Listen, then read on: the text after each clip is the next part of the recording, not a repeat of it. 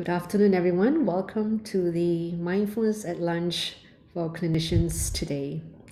My name is Angie Chu, and I'm very delighted to be hosting this session for you. Next week will be Dr. Rosie Tay, who will be hosting the session, and I believe last week you had Dr. Faith Chia. So I'm going to start off by doing a mindfulness practice by focusing on the beautiful breath. And this is what we call the breath awareness meditation. So in the breath awareness meditation is to use your breath as the object of focus. But if you don't feel comfortable with the breath, you can always choose a different object to focus on. That could be your hand, or it could be your bum on the seat, or it could even be a sound that is in your room. So it doesn't have to be the breath, although breath is the most commonly used object to focus on. As you're focusing on the breath, you will still be noticing the sensations in your body, sounds that come up around you, and also thoughts that seem to pop up in your mind. And all these are not going to stop, and you just allow them.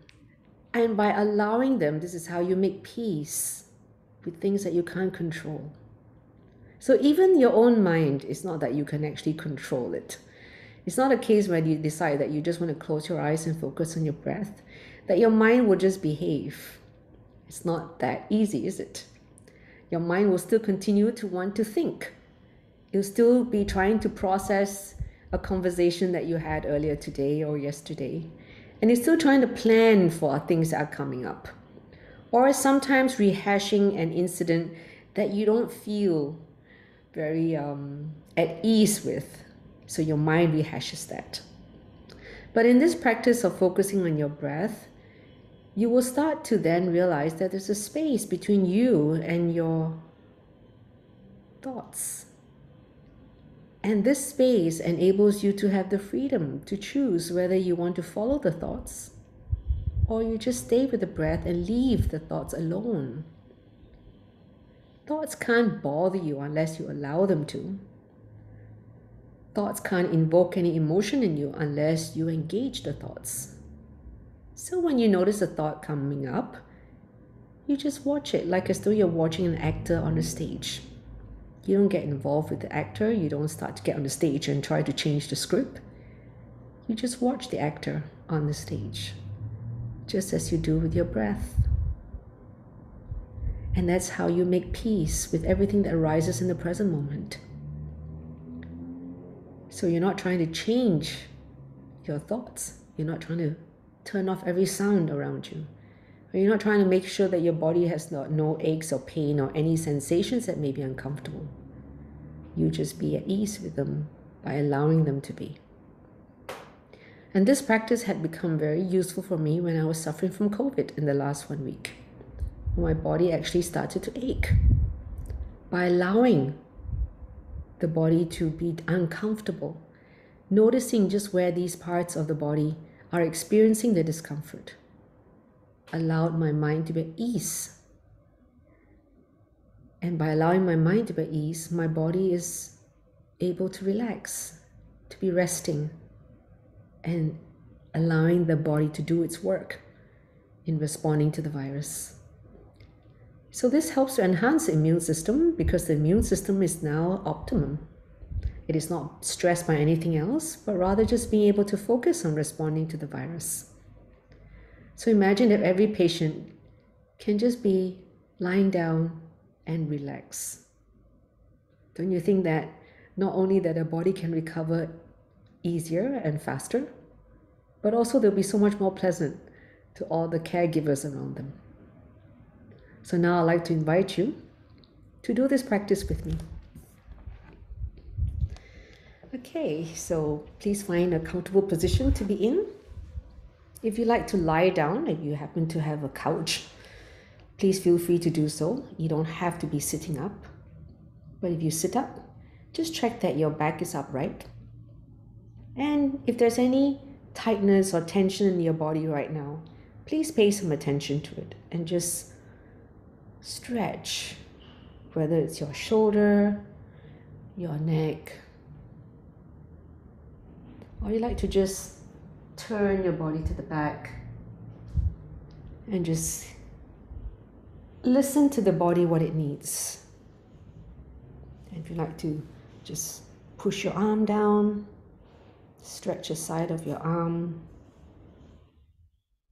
So this is part of the self-care of the body. Stretching. Yeah? And I would even like to invite you to place 2 fingers at the temple and just apply some light pressure.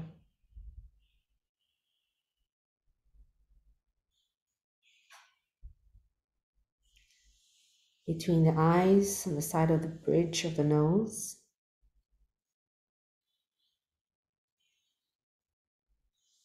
Behind the earlobes.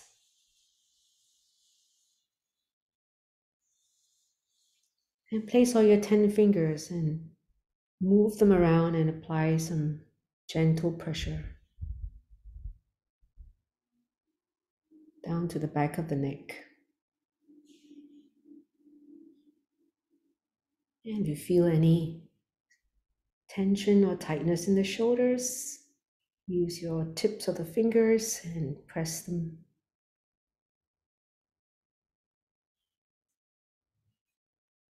So do it with gentleness and care. Okay. And now I'd like to invite you to just close your eyes, sensing into the body and just noticing the different sensations that may be felt, especially where you may have applied some pressure.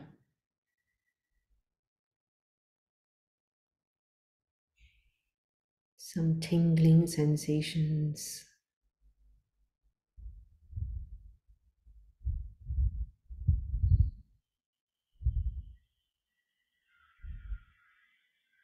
And let's start with a short body scan practice, just so that you can check into the different parts of the body. Dropping your attention to your feet. Sensing the presence of your toes. Wriggle those toes to help you notice their presence.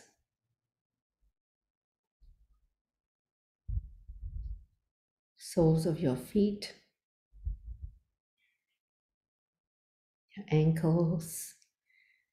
And you can move your feet side to side and feel the ankles.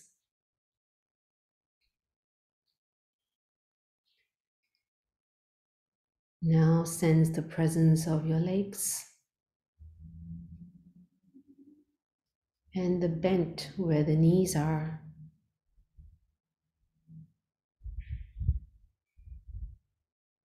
Noticing the bum on the seat.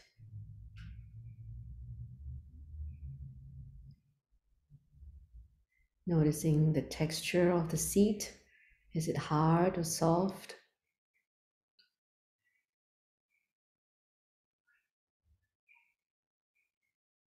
Sense into your spine, straightening your spine and relaxing the muscles along both sides of your spine.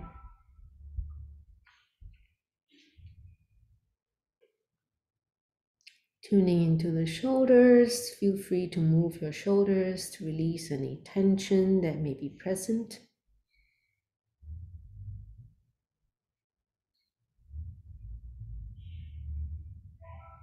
Sense into the presence of your arms.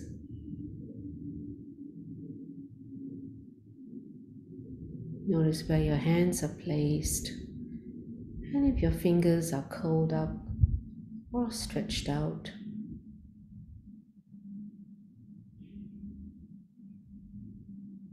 And shift your focus now to your abdomen. Sense a slight movement in the abdomen as your body is breathing.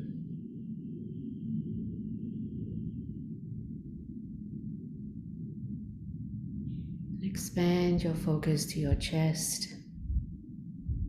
Feel the rhythm of the rib cage.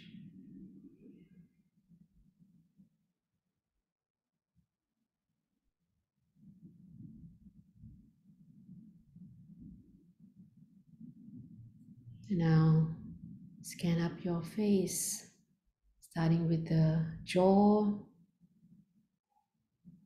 the lips, the cheeks.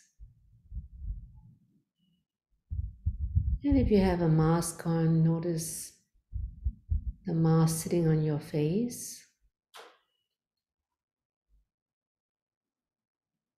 eyes,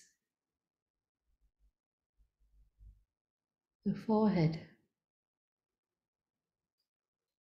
and all over your scalp.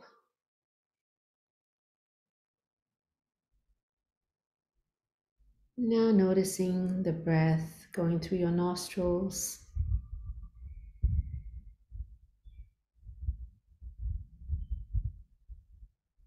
and feeling the breathing in your body.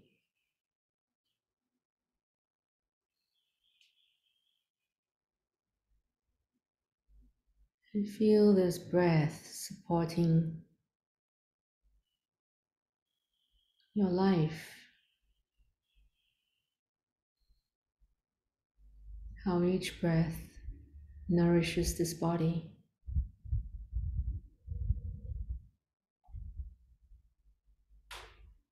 Your body can live without food for weeks, without water for a week, but without the breath, a few minutes before risking brain damage and other organ damage. So the breath is so precious in keeping this body alive.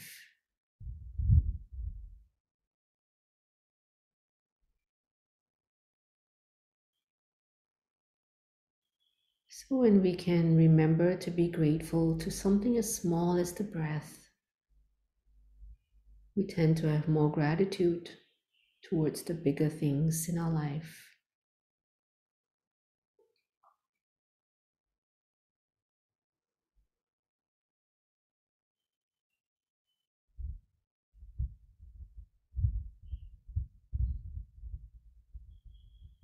To feel this breath supporting the well-being of your body.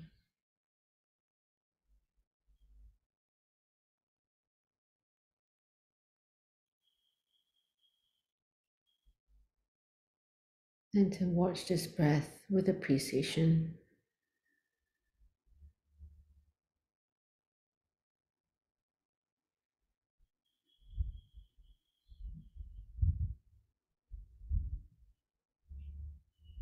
And your mind may wander off. That's normal. As soon as you notice the mind is no longer present with the breath, you can just reconnect again with the beautiful breath.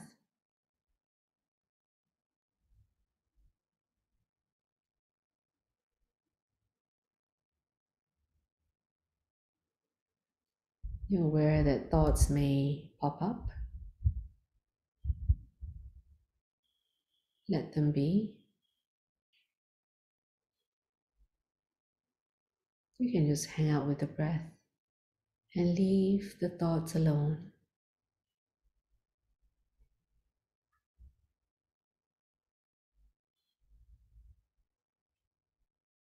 That's how you make peace with thoughts. And these thoughts can no longer have control over you.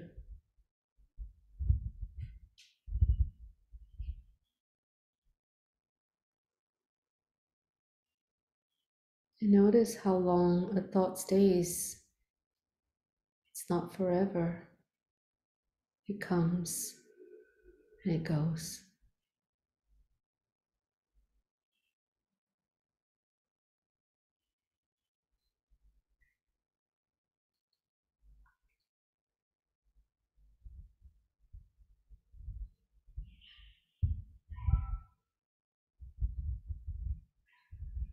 In this practice, we're teaching the mind to slow down, to not to have to think all the time because it gets so tired when it's overthinking.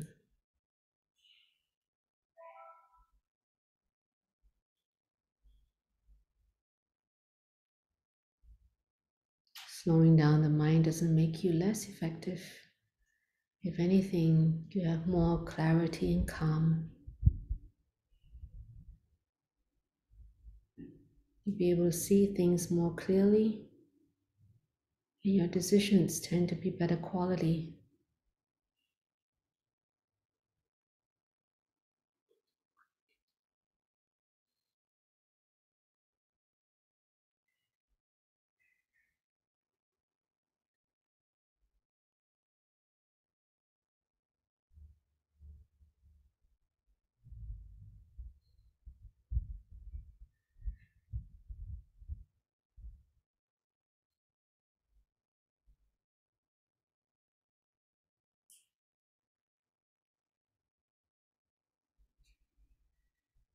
Notice there are gaps between thoughts.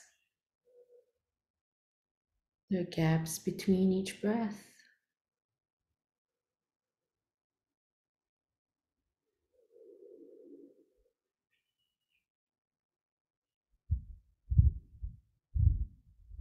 Even sounds.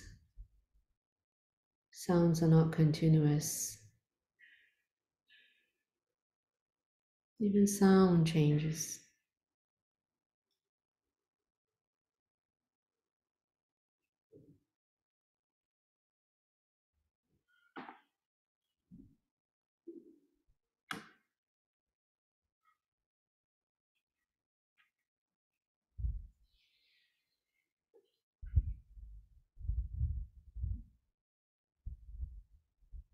If you're feeling restless, it's because your mind is generating a lot of narratives.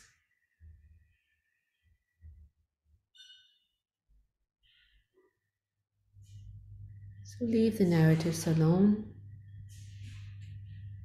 and just hang out with your breath.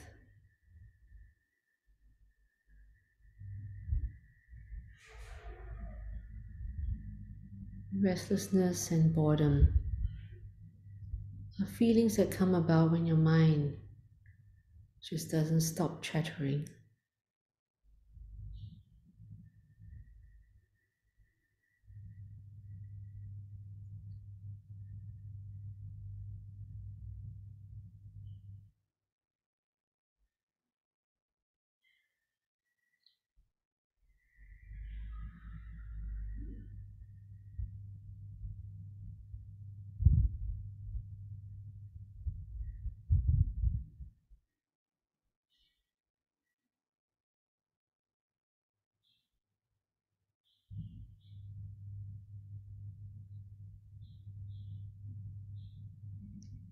And now, before we end this practice session, I'm going to invite you to do 5-finger gratitude practice.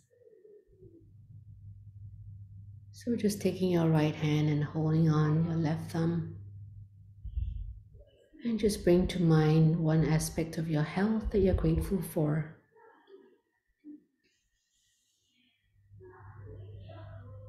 And now shifting your right hand to hold on to your second finger and bring to mind someone in your life that you're grateful to have.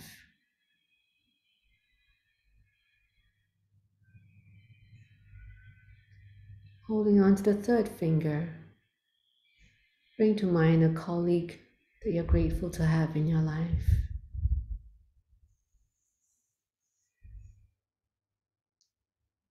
And holding on to the fourth finger, bring to mind a teacher that you're grateful to have in your life.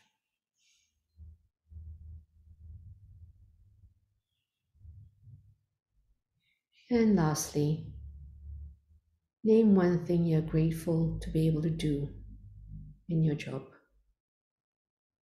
One thing you're grateful to be able to do in your job. And now I'd like to invite you to place all your fingers on your chest and feeling the sense of gratitude for these 5 people and things that you're grateful for.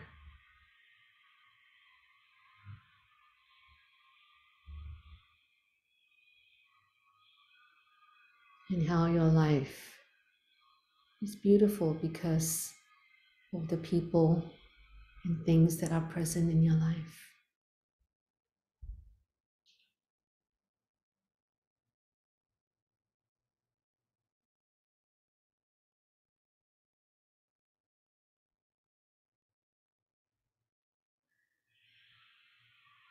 And now focusing on 3 more out breaths.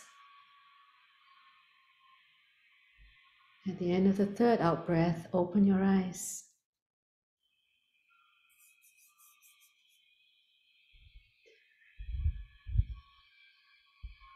Okay, how was that practice for you? I'd love to hear from you if you'd like to speak or type in the chat.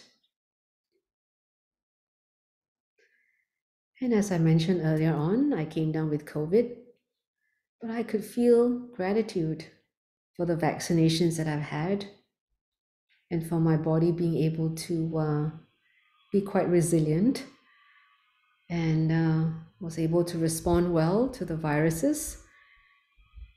And I didn't have to end up seeing a doctor or end up being in a hospital.